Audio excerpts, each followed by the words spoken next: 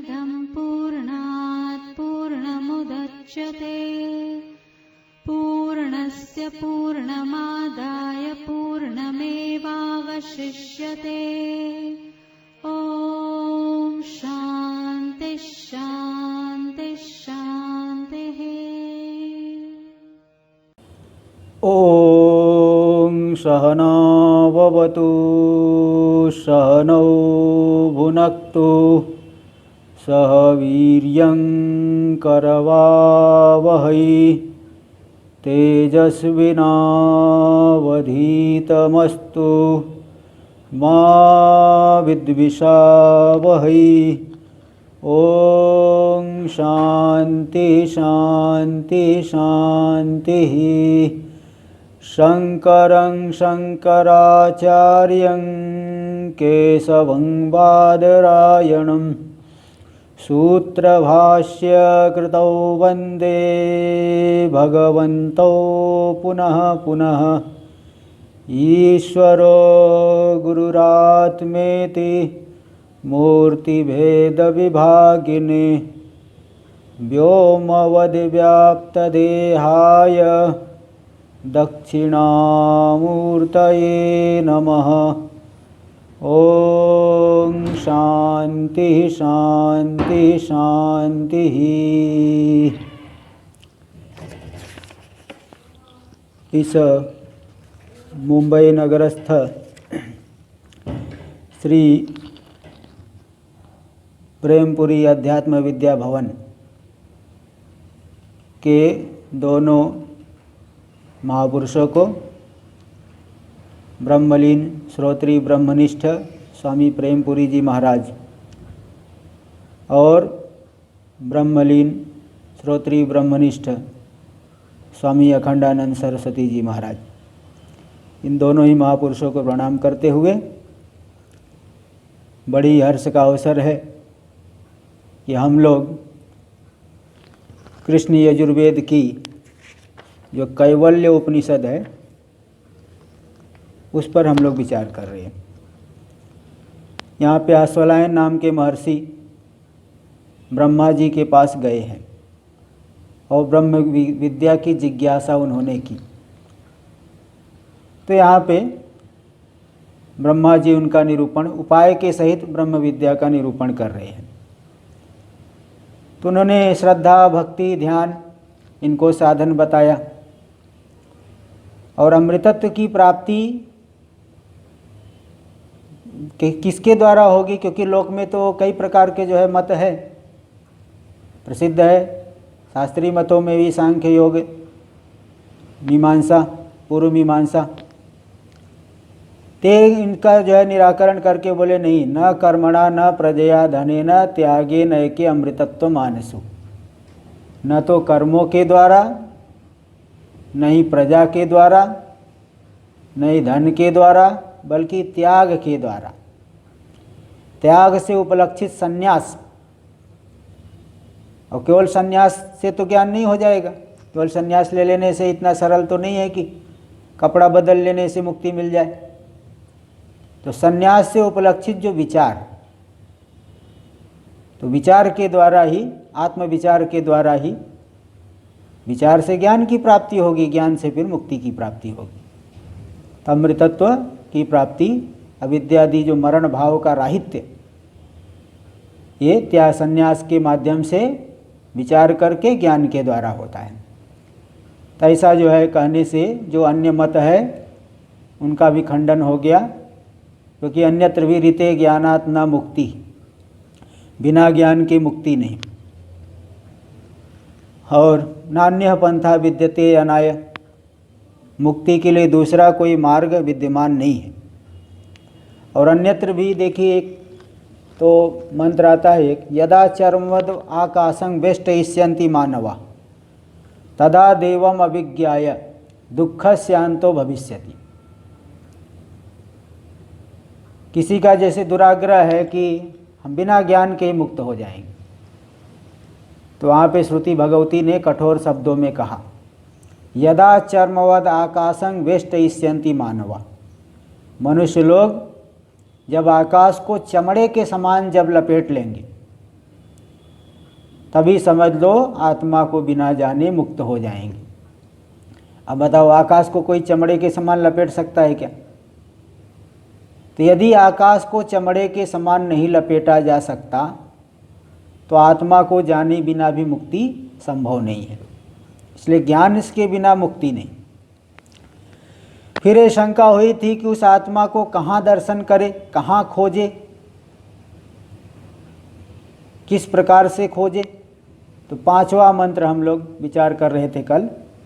5वें मंत्र का ही विचार चल रहा था। परेण नाकम निहितम गुहायाम विभ्राजते यद यतयो विशंति। परेण यानी परम, उत्कृष्टम।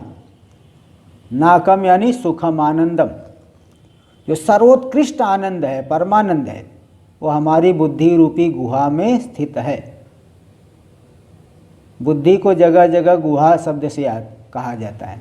बुद्धि में ही सभी भोग और अपवर्ग पदार्थ निहित है, इसलिए उसको गुहा कहते हैं। जैसे गुफा में सिंह व्याघ्र आदि छुपे रहते हैं, ऐसे ही बुद्धि रूपी गुहा में भोग और अपवर्ग छुपा हुआ है। मुक्ति भी इसी में छुपी है और भोग भी इसी में स्थित है। बुद्धि के माध्यम से ही भोग होता है, सुख दुख का अनुभव होता है। और इसी बुद्धि में ही देखिए जीवात्मा और परमात्मा दोनों की अभिव्यक्ति है। इसलिए कठोपनिषद में एक मंत्र बहुत प्रसिद्ध है, आप लोग सुने होंगे कि ऋतम पिबंतौ सुकृतस्य लोके गुहां प्रविष्टौ परमे परार्धे छाया तपो ब्रह्मविदो वदन्ति पंचाग्न्यो ये च तृणाचिकेताः। ऋतम पिबंतौ सुकृतस्य लोके, इस लोक में सुकृतस्य, सुकृत यानी पुण्य, पुण्य का जो फल, पुण्य पाप का फल, ये जो शरीर है, इस शरीर में ही ऋत का पान करते हुए, ऋत यानी सत्य, सत्य कौन है? कर्म फल। कर्म फल बिना ज्ञान के नष्ट नहीं हो सकता, कर्म का फल मिलेगा ही, कर्म बिना ज्ञान के नष्ट नहीं होता। इसलिए तो जो सत्य है कर्म फल, उस सत्य कर्म फल का पान करते हुए इस शरीर में, हाँ, सुकृत गुहां प्रविष्ट, इस गुहा रूप में प्रविष्ट है दो चेतन इस गुहा में प्रविष्ट है। अब वो दो चेतन कौन है? बुद्धि है इस गुहा में, हृदय रूपी गुहा में कौन कौन है? दो चेतन, जीव और ईश्वर को ले ले, या बुद्धि अथवा जीव को ले ले। कुछ पूर्व पक्षी लोग कहते हैं कि बुद्धि और जीव को ले लेना चाहिए, क्योंकि वहाँ छाया तपो ब्रह्मविदो वदन्ति। छाया और आतप यानी धूप, तो जैसे छाया और धूप परस्पर विपरीत है, तो बुद्धि और जीव को लेंगे तो भी विपरीत होंगे, एक जड़ एक चेतन। इसलिए दृष्टांत को देख करके बुद्धि और जीव को लेना चाहिए। तो वहाँ सिद्धांति ने कहा नहीं, बुद्धि और जीव दो को नहीं ले सकते, क्योंकि वहाँ पे ऋत का पान करने वाले, पिबंतव, कर्म फल का भोग करते हुए, तो भोग तो चेतन को होता है, चेतन को ही भोग मिलता है, जड़ को भोग नहीं होता, जड़ को सुख दुख का अनुभव नहीं होता। इसलिए पिबंतव पद आने की वजह से चैतन्य को ही लिया जाएगा। और दोनों चेतन कौन है? जीव और ईश्वर। फिर यहाँ शंका होगी कि भाई ईश्वर को तो भोग नहीं होता है, ईश्वर सुखी दुखी होने लग जाए तो भी जीव भाव में आ गया, ईश्वर में कैसे सुख दुख मानोगे? सुख दुख तो केवल जीव में है। तो इसलिए वहाँ बताए फिर छत्री न्याय से, जैसे एक छत्रीधारी है, उसके साथ में 2-3 लोग और जा रहे हैं, तो कहते हैं देखो छत्रिणो यान्ति, छत्रीधारी लोग जा रहे हैं। तो छत्री न्याय यही है, एक छत्रीधारी, बाकी बिना छत्री वाले होने पर भी छत्रिणो यान्ति कह दिया जाता है, छत्रीधारी जा रहे। जिस ग्राम में ब्राह्मण ज़्यादा है वो कह देते हैं ब्राह्मणों का गांव है, कि ज़्यादा ब्राह्मण लोग हैं। तो इसी प्रकार यहाँ पे पान तो कर रहा है जीव, कर्मफल का, क्योंकि अज्ञान जीव में है, ईश्वर तो को तो स्वरूप का ज्ञान है, इसलिए वहाँ पे क्षत्रिय न्याय से ईश्वर को भी कर्मफल का भोग करने वाला कह दिया गया। वास्तव में ईश्वर में कर्म फल भोग नहीं, बल्कि वो साक्षी भाव में है, वो नियंता रूप से है। तो इसलिए तो वहाँ पे तो गुहा में विशेष रूप से अभिव्यक्ति होती है, इस बात को वहाँ बताया गया है।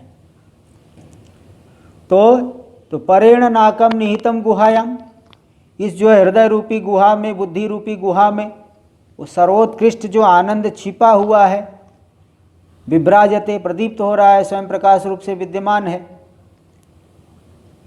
और वही अंतःकरण आदि के साथ तादात्म्य करके जीव भाव को प्राप्त कर रहा है, और वही शुद्ध रूप में देखो तो असंग है, असंगो ही अयम पुरुष। इसलिए यति लोग, सन्यासी लोग जो ऐषणात्रय का परित्याग कर दिए हैं, तीनों इच्छाओं का जिन्होंने परित्याग कर दिया है, चाहे गृहस्थ भी हो, कोई भी हो, उसका अनुभव कर लेगा। तो सन्यासी मतलब सन्यास की प्रधानता वाला ये साधन है, इसलिए जगह जगह सन्यासी पद आता है। ऐसा नहीं गृहस्थ को ज्ञान नहीं, गृहस्थ भी राजा जनक आदि भी ज्ञानी हुए हैं। कितने गृहस्थ ज्ञानी हैं, श्वेत केतु आदि जो थे गृहस्थ आश्रम में ही थे। गृहस्थ आश्रम मतलब उनके पिताजी ज्ञानी थे, उन्होंने उपदेश दिया, वो भी गृहस्थ थे। तो मतलब उनका गृहस्थ से कोई संबंध नहीं, गृहस्थ आश्रम से कोई संबंध नहीं था, क्योंकि अंदर से जो है उन्होंने विचार करके अनात्मत्व, अनात्म रूपता का निश्चय कर लिया सभी सांसारिक पदार्थों में। तो जिसको यति लोग, ऐषणात्रय के परित्यागी लोग, जिसमें जिस भाव को प्राप्त कर लेते हैं, परमानंद रूपता का अनुभव कर लेते हैं, ब्रह्म साक्षात्कार से संपन्न हो जाते हैं। तो और भी उन यतियों का क्या विशेषण है जो ऐषणात्रय का परित्याग किए हैं, सन्यासी है, उनके और क्या विशेषण है कि जिन विशेषणों से युक्त होंगे तभी ज्ञान होगा। जैसे किसी कोई उत्कृष्ट पद है, उत्कृष्ट पद की प्राप्ति के लिए अनेक जो है योग्यताएं होनी चाहिए। कोई बड़ी नौकरी करना हो तो वहाँ पूछेंगे भाई आपका क्वालिफिकेशन क्या है, तो बताएगा पोस्ट ग्रेजुएशन है, इसी प्रकार कोई इंजीनियरिंग है, हाँ MBBS आदि किए हुए हैं। तो इस तरह से क्वालिफिकेशन लौकिक पद के लिए भी चाहिए। तो परम पद की प्राप्ति करना है तो क्या योग्यता होनी चाहिए, किन सद्गुणों से युक्त होना चाहिए, तब जा कर के वो प्राप्त करेंगे। किन विशेषणों से युक्त होगा, यहाँ कुछ विशेषण तो पहले भी आ चुके हैं और कुछ यहाँ बता रहे हैं कि किस तरह से उस तत्व का अनुभव करेंगे। हम लोग मंत्र नंबर 6 मंत्र नंबर 6 का हम लोग विचार करेंगे। वेदांत विज्ञान सुनिश्चितार्थाः संन्यास योगादयतयः शुद्ध सत्वाः ते ब्रह्मलोकेषु परांत काले परामृतात् परिमुच्यन्ति सर्वे। वेदांत विज्ञान सुनिश्चितार्थाः, वेदांत से उत्पन्न जो विज्ञान, वेदांत किसे कहते हैं? वेदांत का मतलब क्या है? कोई लोग मजाक में कह देते हैं जिसको दांत न हो वही वेदांत, बिना दांत वाला, ये नहीं समझना। वेदांत मतलब जो उपनिषद प्रमाण, वेद का जो अंतिम भाग जिसमें तात्पर्य का निरूपण हुआ है। वेद में कर्म कांड भी है, उपासना कांड भी है, ज्ञान कांड। तो ज्ञान कांड को वेदांत शब्द से कहा जाता है क्योंकि इसमें तात्पर्य निर्णित हुआ है। तो अब केवल उपनिषद ही नहीं बल्कि उपनिषद का अनुसरण करने वाले जो स्मृतियाँ हैं, गीता आदि, गीता, योग वासिष्ठ और ब्रह्म सूत्र जिसमें कि श्रुतियों के तात्पर्य का समन्वय दिखाया गया है। एक अद्वितीय ब्रह्म में सभी श्रुतियों का समन्वय दिखाया गया है। और जो नाना प्रकार के प्रकरण ग्रंथ है वह भी वेदांत शब्द से लिए जाते हैं। तो मुख्य तो उपनिषद प्रमाण है, इसलिए हम लोग देखो एक कैवल्योपनिषद इसका विचार कर रहे हैं। यद्यपि अधिकारियों की योग्यता में कमी को देख करके भगवान वेदव्यास जी ने 18 पुराण भी रचना किए हैं, महाभारत की रचना कर दी, तो आख्यायिका के माध्यम से धीरे धीरे धीरे धीरे करके उसी तत्व को बताया जाता है। वो ये व्यास पद्धति में है, और ये सब क्या है, समास पद्धति में है, संक्षेप में जो है बता दिया जाता है। यहाँ कोई बहुत लंबी कथानक नहीं आई। देखो सीधे एक कदी एक अश्वलायन महर्षि गए और जाके पूछ लिए और ब्रह्मा जी बताना आरंभ कर दिए। यहाँ कोई बहुत ज़्यादा लंबी कहानी नहीं बताए, थोड़ी सी सरलता के लिए भले कथानक दे दिए, लेकिन कोई बहुत ज़्यादा कथानक में यहाँ आग्रह नहीं है।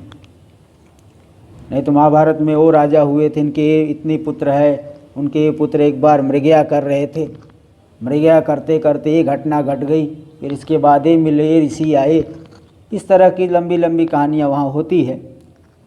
तो कि यहाँ ऐसा नहीं है, यहाँ तो एकदम संक्षेप में समास पद्धति में बताई जा रही। तो वेदांत का मतलब हो गया जो वेद के तात्पर्य का कथन करने वाले उपनिषद आदि, उनके विज्ञान। तो वेदांत से जनित विज्ञान, क्या विज्ञान, अहम ब्रह्मास्मि, मैं वही ब्रह्म हूँ, ये विज्ञान कैसे होगा, है ना।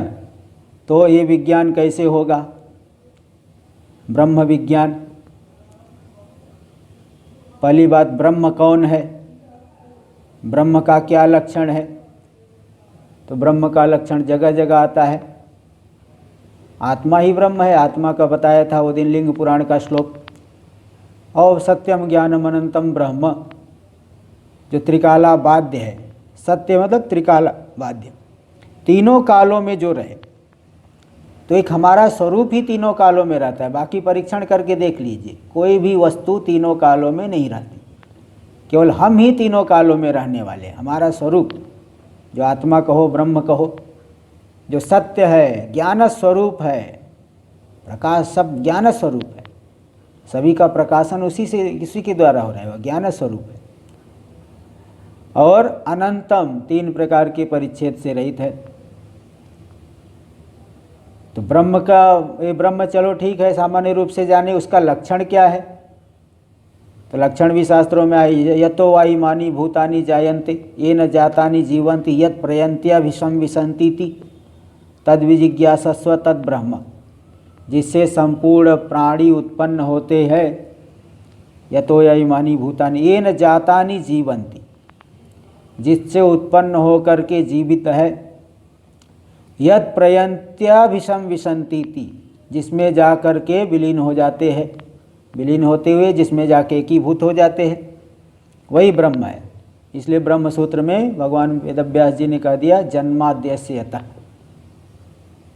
पूरे जगत की उत्पत्ति, स्थिति और संहार जिस सर्वज्ञ सर्वशक्तिमान से हो रही है, वही ब्रह्म है, वही ब्रह्म है। इस तरह से बताए। तो इस तरह से यहाँ पे तो ये ब्रह्म हो गया, उस ब्रह्म का ज्ञान। अब ज्ञान कैसे होगा, वेदांत विज्ञान, वेदांत के द्वारा जनित ज्ञान। कैसे ज्ञान होगा, देख केवल वेदांत ऐसे सरसरी निगाह से देख लिए हो जाएगा क्या, ऐसे नहीं होगा। उसका श्रवण मनन निधिध्यासन। श्रवण किसे कहते हैं, देखिए आज तीनों का लक्षण के साथ में बता देता हूँ, सामान्य रूप से इसलिए बताते इस प्रसंगवश बताता हूँ, लेकिन एक लक्षण के सहित अच्छी तरह से बता देता हूँ कि श्रवण का लक्षण होता है, श्रवणम नाम वेदांता नाम अद्वितीय ब्रह्मणि तात्पर्यावधारणानुकूलो मानसो व्यापार। संपूर्ण वेदांतों का तात्पर्य अद्वितीय ब्रह्म में है। इसको षड्विध लिंगों के द्वारा निश्चय कर लेना। 6 प्रकार के लिंग यानी ज्ञापक हेतु है।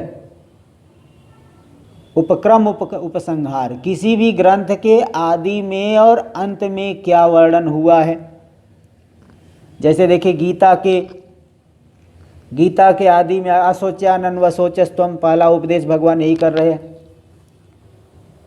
अशोच्यानन व शोचस्तम प्रज्ञावादांच भाषसे।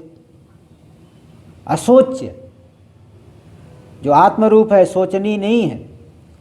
इस तरह शोकाभाव से उपलक्षित आत्मा का कथन देखो गीता में आरंभ में ही हुआ, और अंतिम में भी महाशुच, शोक मत करो।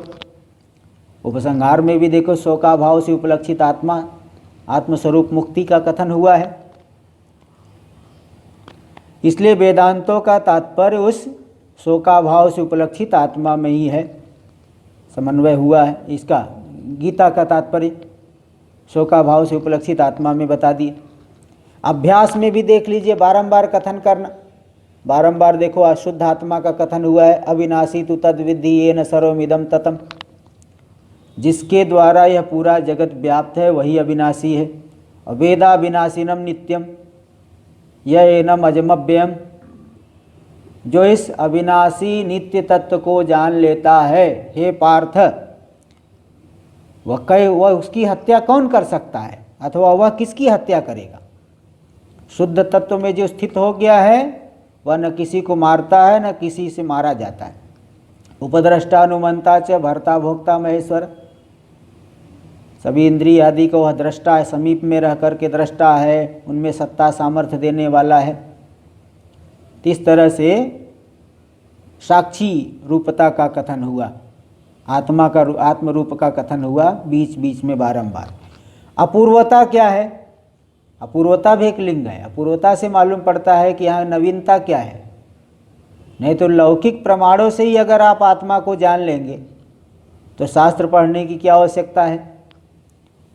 अगर आत्यंतिक रूप से दुख की निवृत्ति और परमानंद का अनुभव लौकिक उपायों से हो जाए, दवाई खा लो अथवा जड़ी बूटी खा लो, रसायन का लेप कर ले, नाना प्रकार के विषय भोग करने से ही परमानंद रूपता का अनुभव हो जाए, तो शास्त्र की साधना में कोई उतरेगा ही नहीं। हम लोगों को भी सन्यासी बनने की भी कोई ज़रूरत नहीं थी। ऋषि लोग जो पहाड़ पर्वत पे जाके तपस्या करते थे, एकांत में सेवन करते थे, जंगल में रहते थे, अगर लौकिक उपायों से ही मुक्ति का अनुभव हो जाता तो इनका सेवन कौन करेगा ये बताइए। इसलिए अपूर्वता कि लौकिक उपायों के द्वारा उस तत्व को नहीं जाना जा सकता। गीता में देखिए अपूर्वता, मामेव ये प्रपद्यन्ते मायामेतां तरन्ति ते, जो मुझे प्राप्त कर लेते हैं वे इस माया को पार कर जाते हैं। नाहम प्रकाश सर्वस्य योग माया समावृता, योग माया से ढका हुआ हो, इसलिए मेरा प्रकाशन सभी को नहीं हो पाता, सभी मुझे नहीं जान पाते। तो इस तरह से अन्य प्रमाणों के द्वारा तो ज्ञान नहीं हो सकता, शास्त्र के द्वारा ही उसका बोध होता है, शास्त्र वचन से ही उसका ज्ञान होता है। हाँ, कि उसे जो है नान्य देव नयन देवा आपनुवन पूर्वमर्शक, इंद्रिया जो है उसको नहीं प्राप्त कर सकती, प्रत्यक्ष आदि प्रमाणों की वहाँ गति नहीं है। तपूर्वता से भी अद्वितीय आत्मज्ञान में ही इस उपनिषद का तात्पर्य है, अद्वितीय आत्मा का निरूपण ही हुआ है। अब फल क्या है? जैसे गीता में अगर नष्टो मोह स्मृतिर्लब्धा ब्रह्म भूयाय कल्पते, यहाँ पे भी देखिए आ गया था कि यया चिरात् सर्व पापम व्यपोह्य परात् परम पुरुषम याति विद्वान, जिस ब्रह्म विद्या से सभी पापों को विनाश करके पर से भी उत्कृष्ट उस पुरुष आत्मा की प्राप्ति विद्वान कर लेते हैं। ये फल देखिए हो गया। और अर्थवाद देखिए, वेदेषु यज्ञेषु तपस्सु चैव, गीता में दे दिए, दानेषु यत् पुण्य फलम प्रदिष्टम, वेद यज्ञ तप दान, इनसे जितनी उसमें जो जो पुण्य बताया गया है, अत्येति तत्सर्वमिदं विदित्वा योगी परम शांतिमुपैति दिव्यम नित्यम। तो उन सभी पुण्य का अतिक्रमण करके, ये जो योगी है, गीता में कहे गए योग को, गीता में कहे गए जो है मार्ग से, कहे गए साधनों से जो आत्मा को जान अनुभव करने हो, गीता में उपनिषद, गीता भी तो उपनिषदों का ही सार है। तो इस तरह से वहाँ बताए। ते ये हो गई अर्थवाद स्तुति के लिए कि सभी कर्मों का फल तो बहुत थोड़ा है, और इस मार्ग से चलेंगे, शास्त्रीय साधन को करेंगे तो आत्मा का बोध हो जाएगा, जो कि सबसे उत्कृष्ट है, सभी उसके एक छोटे से अंश के बराबर ही है। सब बुद्धिमान मनुष्येषु सयुक्त कृष्ण कर्मकृत, वही सबसे बड़ा बुद्धिमान है, वही सब कर्म कर लिया। अर्थवाद के द्वारा देखिए ज्ञान की स्तुति हुई। और उपपत्ति युक्ति है, वो भी गीता में दिखाई, यहाँ भी देखिए इस उपनिषद में भी सब दिखाएंगे।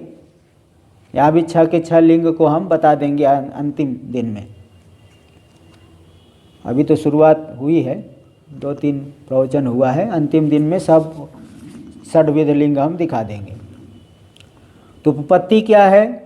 यावान अर्थ, या उपपत्ति मतलब युक्ति, यावान अर्थ उदपाने सर्वतः संप्लुतोदकी, छोटे से पानी, छोटे से तालाब में जितना प्रयोजन सिद्ध होता है, बहुत बड़ा जल, स्वच्छ जल का, मीठे जल का भरा हुआ जलाशय मिल जाए तो छोटे जल तालाब की तरफ कोई ध्यान नहीं देगा, बड़े में ही सब प्रयोजन सिद्ध हो जाता है। स्नान करना, पानी पीना, कपड़ा धोना, छोटे तालाब की कोई ज़रूरत नहीं, बड़े तालाब से ही सब हो जाता है।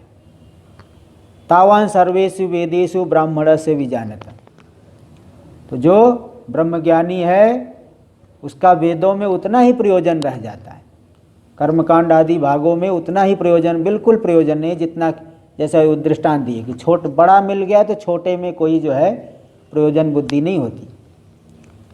ऐसे ही ज्ञान की प्राप्ति कर लिया तो वेदों में, कर्मकांड आदि में कोई जो है प्रयोजन नहीं रह जाता। तो 6 लिंगों के द्वारा मालूम पड़ता है कि किस ग्रंथ का तात्पर्य किस में है। तो जितने वेदांत के ग्रंथ देखिए, यहाँ उपनिषद, यहाँ पे भी 6 लिंग सब दिखा दिया जाएगा। तो 6 लिंगों के द्वारा अद्वितीय ब्रह्म में तात्पर्य है, ऐसा हमारा मानस व्यापार मन के द्वारा निश्चय हो जाना, मन के द्वारा जो है चिंतन करके निश्चय कर लेना, यही है श्रवण। अब आपने निश्चय कर लिया कि आत्मा एक ही आत्मा है, नित्य है, शुद्ध है, बुद्ध है, मुक्त है, तो भी प्रत्यक्ष आदि प्रमाणों से विरोध मालूम पड़ेगा कि एक ही आत्मा कैसे है, यहाँ तो कितने जीव दिख रहे हैं, और कह रहे हो कि आत्मा शुद्ध बुद्ध मुक्त है, मैं तो दुखी मालूम पड़ता हूँ, मैं तो परिच्छिन्न मालूम पड़ता हूँ, संसारी मालूम पड़ता हूँ, मुझ में तो संसार मालूम पड़ रहा है। ते जो प्रत्यक्ष आदि प्रमाणों से विरोध मालूम पड़ रहा है, इसका युक्तियों के द्वारा निराकरण करना, इसे कहते मनन। अब ये देखिए युक्ति क्या है शास्त्रीय युक्तियों से, कि देखिए जो भेद दिख रहा है वह भेद आत्मा में दिख रहा है कि उपाधि में दिख रहा है, आपको ये ध्यान देना पड़ेगा। शरीर अलग अलग दिख रहा है कि आत्मा अलग अलग दिख रहा है? आत्मा दिख रहा है ऐसा नहीं कहा जा सकता, शरीर दिख रहा है। तो भाई जब शरीर आदि तो उपाधि है, उपाधि के भेद से उपहित में भेद नहीं हो जाता। जो शुद्ध है, जैसे घट अलग अलग होने से आकाश नहीं भिन्न हो जाता, घटाकाश छोटा छोटा दिखेगा, वो दिखेगा छोटा, बस छोटा नहीं है। वही घट फोड़ दो तो बड़ा कैसे हो गया वो पहले भी छोटा नहीं था। तो इसलिए जितना भी दोष दिख रहा है, संसार दिख रहा है, सुख दुख दिख रहा है, भेद दिख रहा है, सब उपाधि में, शरीर इंद्रिय आदि में है। उपहित में, चैतन्य में कोई भेद नहीं, कोई संसार नहीं, कोई दुख नहीं। इसलिए चैतन्य एक ही है और वह नित्य शुद्ध बुद्ध मुक्त असंग है। तो इस तरह से शास्त्रीय युक्तियों से जब मनन करेंगे उस आत्म तत्व का बोध हो जाएगा। अब इसके बाद निधिध्यासन। निधिध्यासन क्या है कि अनादि काल से व्यक्ति जिसका अभ्यास किया हुआ है, वह नहीं चाहते हुए भी मन वहां चले जाता है। अनादि काल से अनात्मा में मन गया हुआ है, तो उस अनात्मा से हटा करके आत्मा में स्थिर करना पड़ेगा। कितनी बार अनात्मा से हटा के आत्मा में लगाओगे? जब तक यहाँ स्थिर न हो जाए। जैसे जो है कितनी बार भोजन उठा उठा के खाते हैं, जब तक पेट न भर जाए। तो निधिध्यासन क्या? अनादि दुर्वासनया विषयेषु आकृष्यमाण चित्तस्य विषयोभि अपकृष्य आत्म विषयक स्थैर्यानुकूलो मानसो व्यापार। अनादि दुर्वासनाओं से, गलत वासनाओं से विषयों की तरफ आकर्षित होने वाला जो मन, उस मन को विषयों से हटा करके आत्मा में स्थिर कर देना, इसे कहते हैं निधिध्यासन। एक परंपरा से एक जो है उदाहरण सुना हूँ, सरलता के लिए बता देना चाहता हूँ कि कोई एक राजा था, उसका परिवार था, एक छोटा बच्चा भी था, राजकुमार। किंतु उस राज्य में विद्रोह हो गया। राजा के विरोधी लोगों ने विद्रोह करके राजा को मार दिया, उसके परिवार को समाप्त कर दिया, केवल वो राजकुमार बचा रह गया। मंत्रियों ने बड़ी मुश्किल से उस राजकुमार को किसी भीलों के बीच में ले जाके रखा, जिससे उसकी प्राण बच जाए। तो राजकुमार वो भीलों के बीच में ही उसका पालन पोषण हुआ। वो बाल्यावस्था से अपने आप को भील ही मानता है। किंतु जब बड़ा हो गया, तब तक इधर मंत्री आदि ने, राजा के भी जो चाहने वाले थे, सेनापति आदि, वो सब इकट्ठे हुए। उस विद्रोही को जो राजा बन बैठा तो उसको मार करके भगाए। और इधर राजकुमार भी बड़ा हो गया है, तो राजकुमार को ले जाके सम्मान पूर्वक लाके राजगद्दी पे बैठाए। राजकुमार वो भीलों के बीच में है, वो सोच रहा है कि मैं राजा कैसे हो सकता हूँ। उन्होंने सब, मंत्री ने सब बातें बताई कि देखो तुम्हारे साथ एक घटना हुई थी, इसलिए तुम्हारी सुरक्षा के लिए हम तुम्हें यहाँ रखे थे। तुम भील नहीं, तुम बल्कि राजपुत्र हो। तो फिर वो राजा बन गए। राजा तो बन गए, किंतु भीलों के बीच में रहते थे और वो लोग गरीब थे। कहीं जो है अन्य क्षेत्र में जाके कभी कभी भोजन करते थे। तो राजा को वो आदत थी, वो राजकुमार अवस्था में वहाँ जो भीलों के बीच में था। तो एक बार राजा अपने घोड़े से जा रहे थे और जिस अन्य क्षेत्र में कभी भोजन करते थे, कभी कभी वो भील वेश में थे, वहीं पहुंच गए। उनको पुराने संस्कार जागृत हो गए। वो भी जाके लाइन में लग करके भोजन के लिए आगे हाथ बढ़ाए। जैसे भोजन के लिए हाथ बढ़ाया, उनको तुरंत अपनी अंगूठी दिख गई सोने की। तुरंत उन्हें स्मरण हो गया, अरे नहीं, मैं तो राजा हूँ। तो देखिए, पूर्व के संस्कार से पुनः वहाँ वो पहुँच गए। वहाँ जो है भोजन के लिए लाइन में लग गए। तो इसी प्रकार मन जो अनादि काल से विषयों का अभ्यास किया हुआ है, तो हमको निश्चय हो गया कि मैं वही ब्रह्म रूप हूँ, तो भी पूर्व के संस्कार से, पूर्व के अभ्यास से मन फिर भी विषयों में जा रहा है, निश्चय होने पर भी। तो इसलिए अब क्या करना है? विषयों से हटा करके, अनात्मा से हटा करके आत्मा में ही स्थिर कर देना, ये निधिध्यासन है। तो इस तरह से वेदांत विज्ञान इन तीन साधनों से अब होगा। श्रवणादि मतलब साधन चतुष्टय तो पहले ही आ चुका है। अब श्रवण मनन निधिध्यासन करेंगे तो वेदांत के द्वारा उपनिषद वाक्यों से एक ज्ञान हो जाएगा। तत्त्वमसि अहम ब्रह्मास्मि इत्यादि उपनिषद वाक्यों से यही ज्ञान होगा कि मैं ब्रह्म रूप हूँ। निधिध्यासन करके उसमें जब सुनिश्चित अर्थ वाले हो गए, उनका प्रयोजन मुक्ति का निश्चय हो गया है। उसी में जो है वेद अहम ब्रह्मास्मि, इस ज्ञान में ही प्रयोजन का जिन्हें निश्चय हो गया है, जो मुक्ति का अनुभव कर रहे हैं। और क्या विशेषण? वेदांत विज्ञान सुनिश्चितार्था संन्यास योगाद यतय शुद्ध सत्वा। संन्यास योग का आश्रय लिए तीनों प्रकार की ऐषणाओं का पूरी तरह से परित्याग कर दी। इस लोक और परलोक के सभी भोगों में बिल्कुल काक विष्ठा के समान जिन्होंने तिरस्कार बुद्धि हो गई। काक विष्ठा उदाहरण आता है, जैसे कौवे की विष्ठा। सोना चांदी तो लोग इकट्ठा करना चाहते थे, किंतु कौवे की काक विष्ठा को कोई इकट्ठा करता है क्या? जैसे काक विष्ठा में अत्यंत हेयत्व बुद्धि होती है, क्या इससे मिलेगा? ऐसे इस लोक और परलोक के भोगों से जिसकी इस प्रकार की तिरस्कार बुद्धि हो गई, मैं इनको लेके क्या करूँगा? ऐसे जो संन्यास योग का आश्रय लेने वाले, तीनों प्रकार की ऐषणाओं का परित्यागी, संन्यास योग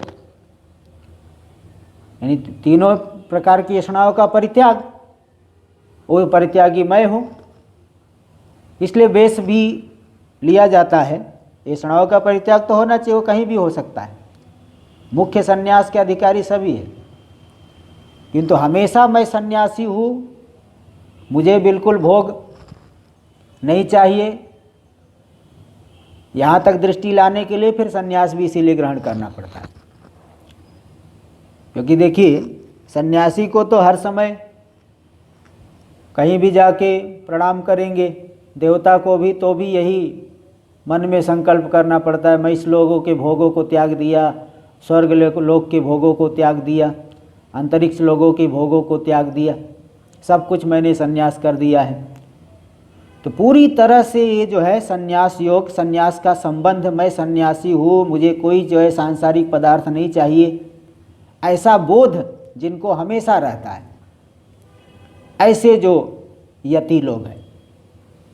और शुद्ध सत्वाह, जिनका अंतःकरण अत्यंत शुद्ध है, जिनमें कोई राग द्वेष आदि मलिनता नहीं है। राग द्वेष से विशिष्ट है, फिर तो संसार की तरफ ही बढ़ेंगे। इसलिए हमारी जो हमारा अंतःकरण है, मन है, चित्त है, सत्व यानी अंतःकरण, हमारा अंतःकरण एक नदी के समान है। इसकी उपमा एक नदी को उपमा दी गई। अंतःकरण कैसा है? एक नदी के समान। जैसे नदी के दो रूप दिखाई पड़ते हैं। बरसात में नदी का जल एकदम मलिन होता है। गंगा जी है जैसे ऋषिकेश में, हरिद्वार में, हम लोग जो है ऋषिकेश में यहाँ वर्षा काल में भी गंगा जी में प्रतिदिन वहाँ जाते हैं। वर्षा काल में स्नान करने की इच्छा नहीं होती, कि वर्षा काल में जो जल है एकदम धूल मिट्टी वाला होता है। उसमें जो है बड़े बड़े वृक्ष भी बहते रहते हैं, बड़े बड़े वृक्ष बह रहे हैं, कोई कुछ बह रहा है, हाँ, बहुत सामान भी बहते, उल्टा कपड़ा, पुराना कपड़ा बह रहा है। और नदी की धारा इतनी तेज रहती है कि अगर पैर रख दो, डगमगा गया तो बह जाओगे, मरने का भी खतरा। तो एक नदी का जो है एक रूप हो गया जो एक गंदा जल है, और घातक उसका रूप हो गया। लेकिन वही नदी गर्मी के समय में उसका जल कितना स्वच्छ रहता है, एकदम ठंडा जल है। गर्मी में वैसे भी स्नान करना चाहेंगे, और जल बहुत ठंडा है, बहुत शुद्ध है, शीतल हवा चल रही है। गर्मी से परेशान गंगा जी के किनारे बैठेंगे तो बहुत ठंडा लगता है। तो उस जो है नदी का एक गंगा जी आदि का दूसरा रूप हो गया कि जो बहुत सुख देने वाला, सुखकर, कोई मलिनता नहीं। तो जैसे नदी के दो स्वरूप है, इसी प्रकार हमारा चित्त भी दो प्रकार का है। जो रजोगुण और तमोगुण की प्रधानता वाला चित्त है, साधना जिसने नहीं किया है, उसके अंदर नाना प्रकार के सांसारिक विचार ही उठेंगे। यहाँ से करूँ ये मिल जाए, धन संचय करने की इच्छा, नाना प्रकार के भोगों की इच्छा, ये मिले वो मिले। इसी उहापोह में पूरा दिन बीत जाता है, महीना बीत जाता है, पूरा जीवन बीत जाता है। देखो कितने जीवन हम लोगों ने देख लिया अनादिकाल से, कितनी योनियों में, 84 लाख योनियों में, हर एक योनि में कितनी बार भटकते रहे। तो ये मलिन चित्त की वजह से शास्त्रीय साधनाओं की तरफ व्यक्ति का झुकाव नहीं होता। लेकिन जब व्यक्ति का अनादिकालीन पुण्य, जब संचित पुण्य प्रकट होता है, तो किसी महापुरुष आदि की सन्निधि मिलती है, सत्संग मिलता है। इस प्रेमपुरी अध्यात्म विद्या भवन में जितने लोग श्रवण करने वाले हैं, समझ लो बहुत पुण्य उदित है, तभी जो है श्रवण करने को मिल रहा है। नहीं तो बगल वाले लोग ही नहीं पर श्रवण करेंगे। मैं कैलाश आश्रम में रहता हूँ, या आसपास में रहने वाले कोई बिरला ही होगा कि यहाँ श्रवण करता हो। तो पुण्य का काम है, नहीं तो पड़ोसी ही, बगल में रहने वाला व्यक्ति ही उस श्रवण नहीं करेगा, क्योंकि उसके अंदर पुण्य नहीं है ना, पाप है। पाप की वजह से व्यक्ति का झुकाव साधनों की तरफ से, आत्म साधनों की तरफ से, साधना की तरफ होता ही नहीं। पाप की वजह से इन साधनों से दूर ही भागता है। मंदिर के बगल में रहने वाला भी मंदिर का दर्शन नहीं करेगा। क्यों? क्योंकि पाप है उसका। और जिसका पुण्य है वो दूर रहने पर भी आएगा, वहाँ जहाँ सत्संग होता है सत्संग श्रवण करेगा। तो इस तरह से अनादिकालीन जब पुण्य व्यक्ति का जागृत होता है, तब महापुरुषों की सन्निधि मिलती है, सत्संग मिलता है, फिर जीव का विवेक जागृत होता है। विवेक से फिर वैराग्य आदि हो करके अंतःकरण की मलिनता दूर हो जाती है। तो ऐसे व्यक्ति को लोग कह देते, देखो ये संत है, ये तो बड़ा सज्जन है, संत है। तो ये चित्त नाम की नदी जो है उसको शुद्ध, प्रारंभिक व्यक्ति, प्रारंभिक साधक को तो पुण्य कर्म आदि बहुत करना चाहिए। अंतःकरण में मलिनता है तो पुण्य कर्म बहुत करते रहे, जिससे कि सज्जनों का लाभ हो। तो यहाँ देखिए, तो शुद्ध सत्वा, वेदांत विज्ञान सुनिश्चित, वेदांत विज्ञान में सुनिश्चित अर्थ वाले, वेदांत विज्ञान से जिन्होंने मुक्ति में ही जो विश्राम पा रहे हैं, संन्यास योग मुक्ति रूपी अर्थ का जिन्हें निश्चय हो गया है, उसका अनुभव करने वाले हैं, संन्यास योग का आलंबन लिए हैं। 3 प्रकार की ऐषणाओं से दूर दूर तक संबंध नहीं है। और शुद्ध अंतःकरण वाले जो लोग हैं, वे उस तत्व का अनुभव कर लेते हैं, उस तत्व की प्राप्ति कर लेते हैं। तो क्या अनुभव करेंगे कि मैं जो है पर्वत के समान अचल हो, शरीर आदि बदल रहे हैं। भाई नदी के किनारे आप बैठ जाओ, नदी की धारा जो है निरंतर परिवर्तनशील है, लेकिन आप उसको जानने वाले हो, आप स्थिर हो, आप देख रहे हो। समुद्र के किनारे बैठ जाओ, समुद्र में नाना प्रकार की तरंगे उठ रही है, फेन बुदबुद उठ रही है, शांत हो रही है, लेकिन आप उसको देख रहे हो। ऐसे शरीर आदि सब बदल रहे हैं, हर एक क्षण बदल रहे हैं। मन बुद्धि, मन में देखिए कितनी प्रकार की वृत्ति है। मन कभी यहाँ रहे, कहीं दूर चले गया। हाँ, साधना करने वाले का भी शुरुआत में कभी भगवान में, कभी संसार में। नए साधने करने वाले का सदा संसार में ही रहता है। नाना प्रकार की वृत्तियाँ उठती, कभी धनाकार वृत्ति, कभी अन्य वस्तु के आकार की वृत्ति। ते वृत्तियाँ उठ रही है, लेकिन आप जान रहे हो कि नहीं जान रहे? तो जानने वाला तो एक रस है कि नहीं? जानने वाला अगर एक रस नहीं होगा तो सबको कैसे जानेगा। इसलिए आप जानने वाले, हम वो जानने वाले सबके साक्षी है। वे जो है यति लोग साक्षी भाव में स्थित हो गए, परमानंद रूपता का अनुभव कर लिए। तो इसलिए अनुभव करके वे मुक्त हो जाते हैं। पूर्वार्ध में तो मुक्त हो जाते हैं, आगे उत्तरार्ध में बताएंगे कि अगर कुछ प्रतिबंधक है तो ब्रह्मलोक जब में जाके मुक्त होंगे। तो इस तरह से ऐसे ज्ञानी पुरुष लोग मुक्ति की प्राप्ति कर लेते हैं। अब ये कहे कि भाई मुक्ति की प्राप्ति आप कह रहे हो, आत्मरूपता का अनुभव, किंतु मुझमें तो स्थूलादि भाव मालूम पड़ रहे हैं। मुझे तो लगता है मैं मोटा हूँ, पतला हूँ, ब्राह्मण हूँ, क्षत्रिय हूँ।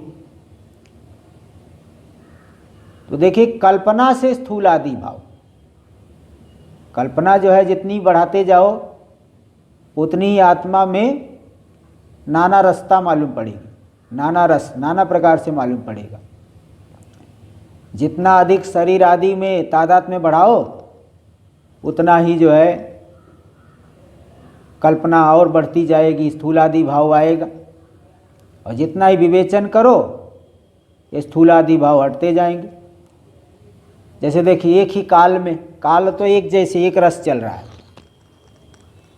किंतु उसी काल में कितने भेद हो जाते, क्षण, मिनट, क्षण, सेकेंड, मिनट, घंटा, 3 घंटे के एक प्रहर होता है, आधा दिन, एक दिन, दिन रात, 7 दिन का एक सप्ताह हो गया, 15 दिन का एक पक्ष हो गया, 30 दिन ले लो तो एक महीना हो गया, 12 महीने के एक वर्ष हो गया। तो काल एक रस है, तो भी उस काल में कल्पना से कितने भेद हो गए।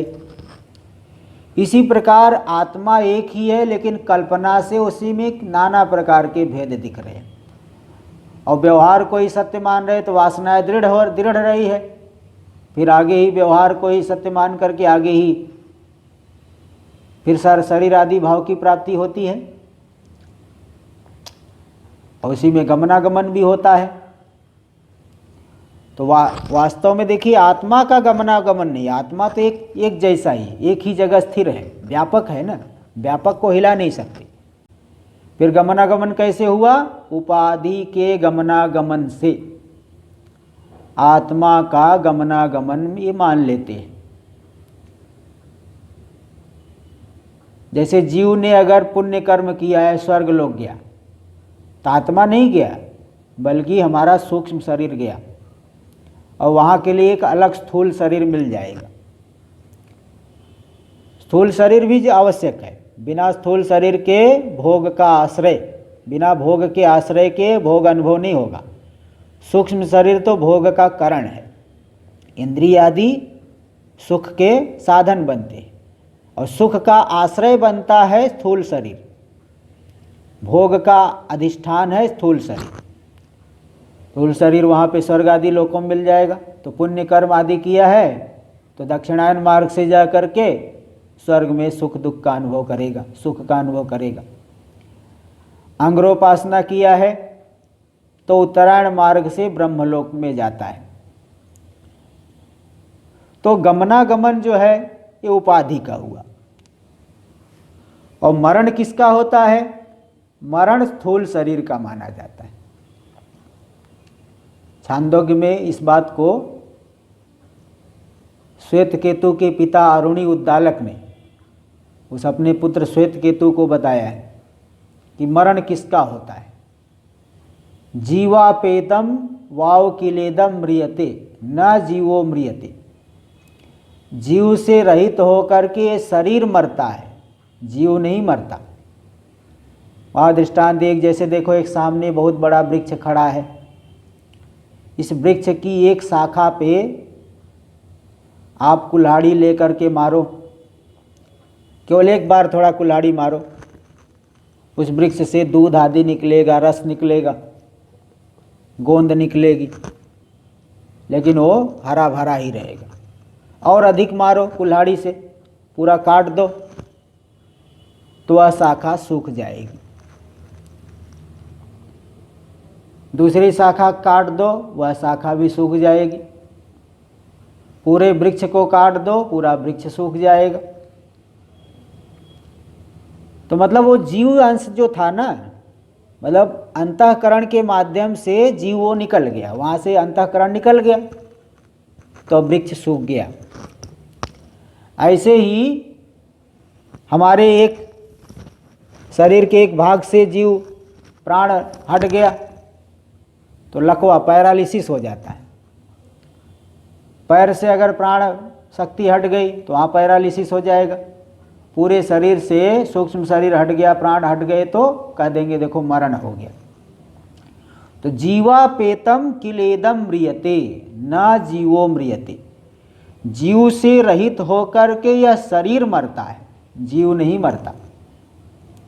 इसलिए मरण जो है शरीर का है, स्थूल शरीर का। तो वे जो ज्ञानी लोग हैं ब्रह्म भाव की प्राप्ति कर लेते हैं, असंग रूप से स्थित हो जाए, असंगता का अनुभव कर लेते हैं।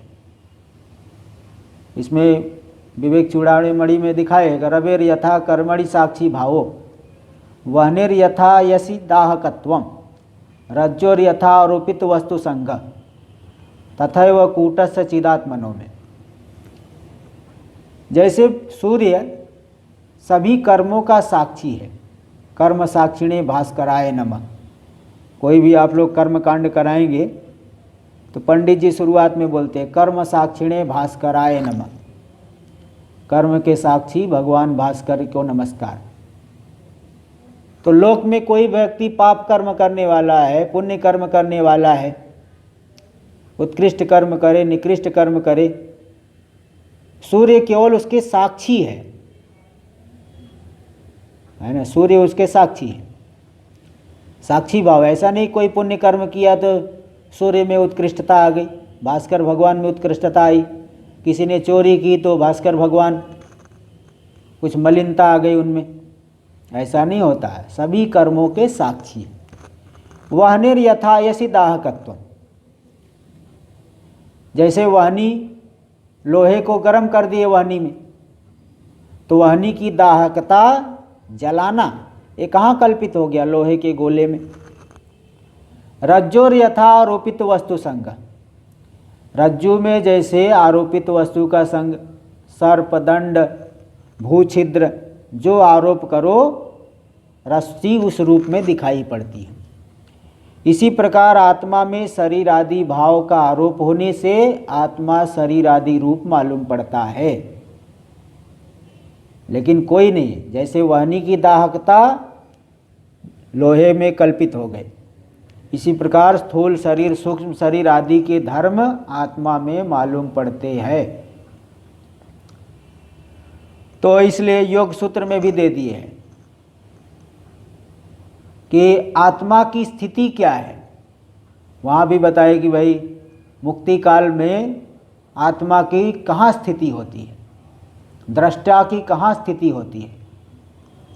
तो सूत्र है तदा द्रष्टु स्वरूपे वस्थानम, मोक्ष काल में दृष्टा की स्वरूप में अवस्थिति होती है। और व्युत्थान काल में बोले व्युत्थान काल में तो वृत्तियों के अनुसार जैसी वृत्ति बन रही है दृष्टा का वही स्वरूप मालूम पड़ रहा है। जैसे किसी व्यक्ति के अंदर कामना बहुत है तो लोग क्या कहेंगे, देखो ये कामी है, ये बड़ी कामना वाला है। किसी के अंदर क्रोध ज़्यादा है तो कहेंगे देखो ये क्रोधी है। लोभ ज़्यादा है तो लोभी। तो वृत्ति सारूप्यम इतरत्र, व्यवहार काल में दृष्टा का क्या स्वरूप मालूम पड़ता है, वृत्ति के अनुसार, जैसी वृत्ति है उसी के अनुसार उसका रूप मालूम पड़ता है। इस तरह से आत्मा जो असंग है, शुद्ध बुद्ध मुक्त है, उसको सन्यासी लोग, ऐषणात्रय का परित्याग करने वाले साधक लोग, शुद्ध अंतःकरण वाले लोग, यति लोग वेदांत विज्ञान के द्वारा सुनिश्चित अर्थ वाले हो जाते हैं। इसीलिए वे लोग मुक्त हो जाते हैं।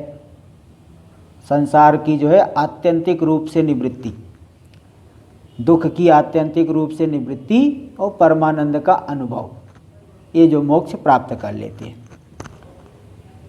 ये पूर्वार्ध में बताए मंत्र नंबर 6 के पूर्वार्ध में। उत्तरार्ध में बता रहे ते ब्रह्मलोकेषु परांत काले परामृतात् परिमुच्यन्ति सर्वे। यदि कोई प्रतिबंध हो गया तो यहाँ इस शरीर में मुक्ति नहीं हो पाई, तो ब्रह्मलोक में जा करके ब्रह्मा जी के आयु समाप्त होते समय, ब्रह्मा जी की जब 100 साल की आयु पूरी होगी तब तक वहाँ के भोगों को भोग करके उसके बाद वो भी मुक्त हो जाएंगे। परामृतात् परिमुच्यन्ति सर्वे, उत्कृष्ट अमृत, हाँ, अमरण धर्मी हो जाते, अव्याकृत से भी परिमुक्त हो जाते हैं। सभी प्रकार से मुक्त हो जाते हैं सभी लोग वहाँ जो ब्रह्मलोक में, वो ज्ञान, वहाँ भी ज्ञान ब्रह्मा जी को उपदेश मिलता है तो वहाँ से मुक्त हो जाते हैं। तो अब यहाँ ये शंका होगी कि आखिर प्रतिबंध क्या है, ज्ञान साधना किया, ऐसा कौन सा प्रतिबंध आ गया कि यहाँ पे जीवन मुक्ति का अनुभव नहीं किए, विदेह मुक्त नहीं हुए, ब्रह्मलोक फिर गए। तो पंचदशी में देखिए इसमें 3 प्रकार का प्रतिबंध दिखाए हैं। एक तो वर्तमान कालिक प्रतिबंध, एक भूतकालिक प्रतिबंध और एक आगामी प्रतिबंध। वर्तमान कालिक प्रतिबंध क्या है? प्रतिबंधो वर्तमानो विषयासक्ति लक्षण प्रज्ञा मान्द्यम कुतर्कस्य विपर्यये दुराग्रह। प्रतिबंध हो, वर्तमान प्रतिबंध यही है कि विषय में आसक्ति है, विषय में आसक्ति सूक्ष्म रूप से है, श्रवण आदि कर रहा है, सब साधना कर रहे हैं, लेकिन वो आसक्ति पूरी तरह से मिटी नहीं है, तो फिर ज्ञान नहीं हो पाएगा, मुक्ति का अनुभव नहीं कर पाएंगे। इसलिए वर्तमान प्रतिबंध हो गया विषयासक्ति। प्रज्ञा माध्यम, बुद्धि बहुत कमजोर है, तत्व तो बहुत सूक्ष्म बुद्धि से जाना जा सकता है। जिसकी बुद्धि कमजोर है, सूक्ष्म वस्तु को ग्रहण करने का सामर्थ्य नहीं है, तो फिर वो वहाँ तक नहीं पहुँच पाएगा, उस तत्व का अनुभव नहीं कर पाएगा। तो प्रज्ञा माना, कुतर्क करे, गुरुजी कुछ बता रहे, उसका जो कुतर्क करने लगा, विपर्य दुराग्रह, विपरीत वस्तु को ही ग्रहण कर लिया, ये वर्तमान कालिक प्रतिबंध हुआ। और एक होता है भूतकालिक प्रतिबंध, भूतकाल का प्रतिबंध। भूतकाल में किसी जो है कोई कहीं बहुत आसक्त था, उसी का स्मरण आ रहा है। इसमें उदाहरण आया है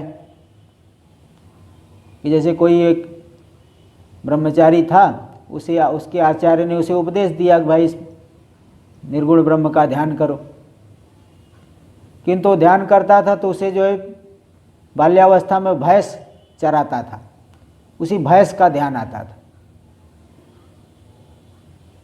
तो गुरुजी ने पूछा तुम्हें अनुभव हुआ कुछ? बोले नहीं गुरुजी, मुझे तो भैंस का ध्यान आता है। तब गुरुजी ने फिर उपाय बताया, देखो भैंस ही ब्रह्म है, ऐसा चिंतन करो। ये चिंतन करते करते वो भैंस अपने आप को ही भैंस रूप अनुभव किया, इतना तादाद में हो गया। फिर बाद में वो जो है वहाँ बताए सब कुछ ब्रह्म है, सब मिथ्या है, तुम्हारा शरीर भी मिथ्या, भैंस का शरीर भी मिथ्या। तो इस तरह से उसे उस प्रतिबंध को दूर किए।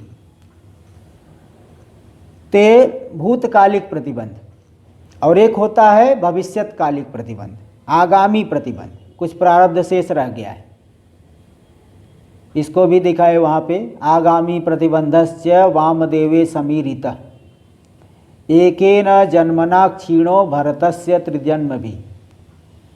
आगामी प्रतिबंध, कुछ ऐसा प्रारब्ध रह गया है कि आगे शरीर मिलेगा, तो वामदेव ऋषि को गर्भ में जाने पर ये शरीर छोड़ के जब गर्भ में गए दोबारा अगले शरीर के प्राप्ति के लिए, वहाँ उन्हें ज्ञान हो गया, तब जाके प्रतिबंध दूर हुआ।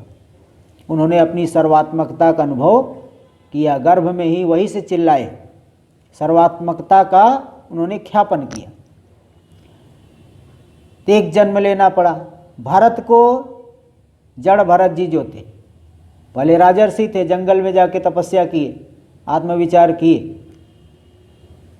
किंतु हिरणी के बच्चे में जो आसक्ति हो गई, इसकी वजह से फिर हिरण का शरीर मिला, वे तीसरी बार जड़ भरत का शरीर मिला तो वहाँ उन्होंने मुक्ति का अनुभव किया। ते आगामी प्रतिबंध, कुछ प्रारब्ध की वजह से वो ज्ञान प्रतिबद्ध हो गया है, इसलिए यहाँ अनुभव नहीं कर पाए, इसी शरीर में नहीं। तैसे ही जो लोग यहाँ पे अनुभव नहीं कर पाए वो ब्रह्मलोक जा करके अव्याकृत से अज्ञान से मुक्त होंगे, पूरी तरह से मुक्त हो जाएंगे। ब्रह्मा जी की जब आयु पूरी होगी, ब्रह्मलोकेषु परांत काले, तो वहाँ मुक्त होंगे। थोड़ा सा इसका विचार और भी आगे किया जाएगा कल के सत्र में। ओम पूर्णमदः पूर्णमिदं ओम सहनाववतु सहनौ भुनक्तु सह वीर्यं करवावहै तेजस्विनावधीतमस्तु मा विद्विषावहै। ओम शांति शांति शांति। शंकरं शंकराचार्यं केशवं बादरायणं सूत्रभाष्य कृतौ वंदे भगवन्तौ पुनः पुनः। ईश्वरो गुरुरात्मेति मूर्तिभेदविभागिने व्योमवद्व्याप्तदेहाय दक्षिणामूर्तये नमः। ओम शांति शांति शांति। ओम नमः पार्वती पतये। हर हर महादेव।